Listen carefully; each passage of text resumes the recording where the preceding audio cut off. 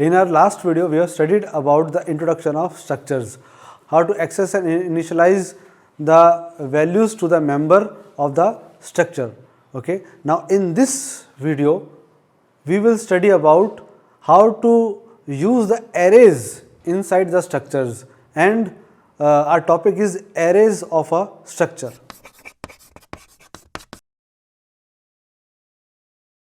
I am Dr. Shriyash Atri, and these are the good engineering books from the S. Chand Publishing. Array of a structure. Array of a structure is used to store many values in one structure variable. What does it mean? Understand this. This is a student structure. Okay. So, student is having roll number, names, fees and date of birth. Okay. So, these are the four different types of data types, and these data types are clubbed together in a one data type that is called student.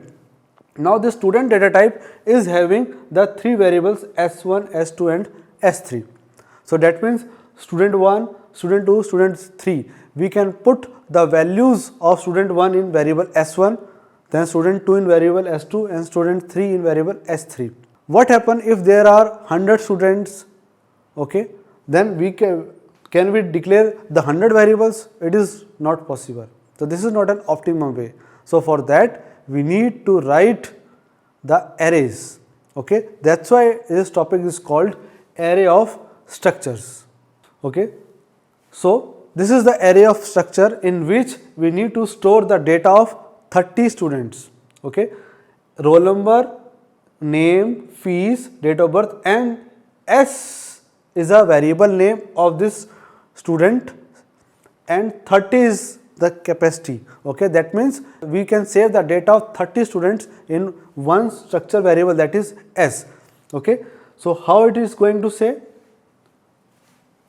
Understand with the help of this code and the pictorial representation of this code. Structure student S30. Okay. Now, roll number. These are the members: roll number, name, fees and date of birth. Okay. S0, that means 0 to 29 are the 30 students. So, at the index 0, the first student data will be saved.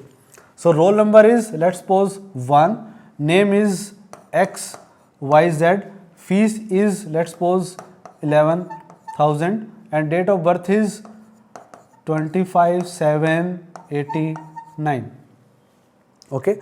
So, similarly we can save the information of all the 30 students here. Now, what is the size of this structure? How to calculate this? The size of struct student. The size of this struct student is what? 2 plus 10 plus 4 plus 10. What does it mean? 2 is an integer type, 2 bytes, 10 bytes, float takes 4 bytes and again character takes 10 bytes. So, 2 plus 10 plus 4 plus 10 is equal to 26 bytes. So, this whole structure takes 26 bytes, and this 26 bytes will be allocated to the different 30 students. Okay. S0 26 bytes, S1 26 bytes. So, this S variable is of array type. So, size of S is what? 26 multiplied by 30, that is 780 bytes. So, 130 byte.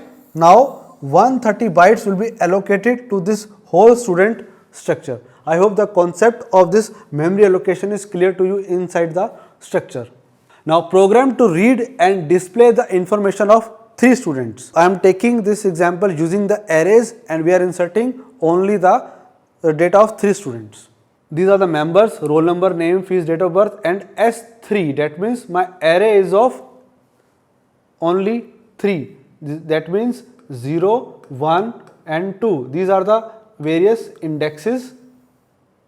Okay. So, S0, S1 and S2. So, 3 times my loop will be run. Printf, enter the roll number student. Okay. I plus 1. That means student number 1. So, this statement will print 0 plus 1, because I started from the 0, my index array index is started always from the 0. So, 0 plus 1. and scanf percentage d m percent s of 0 dot roll number. That means S0, S, this is S0, S1 and S2. So whole information of S0, that is roll number, will be saved in this. Okay. So one by one understand this. Enter the roll number of student 1. So this statement will print like this, and you are inserting 10. Where this 10 is going to save? Kindly correlate this location from the previous slide.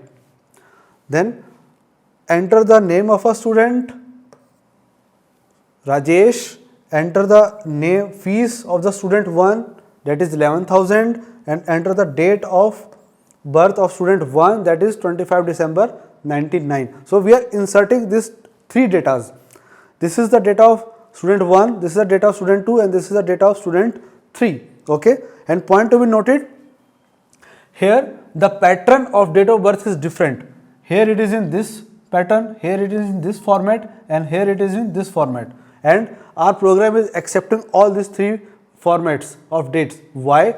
Because it is of character type. This is of character type, and it's a string. We are taking the value, it's a string type. So string can take any type of format in a string type. Okay. In the next part, we are displaying the student information. Previously we have read the student information from the scanf. Now we have read it.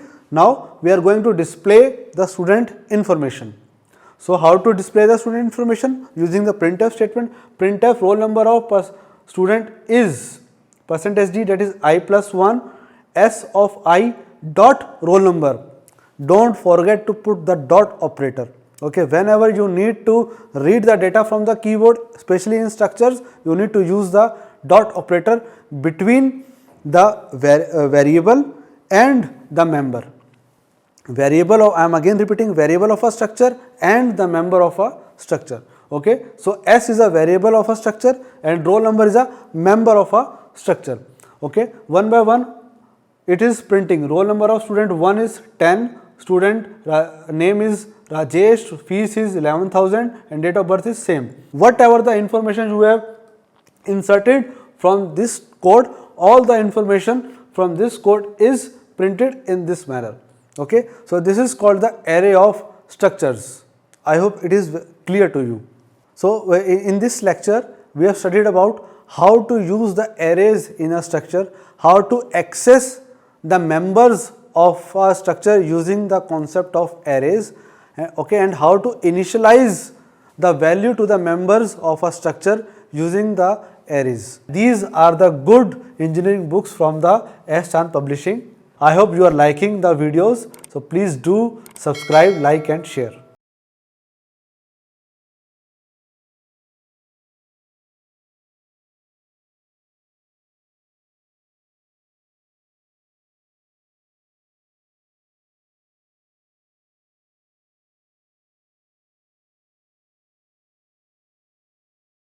Copyright holder.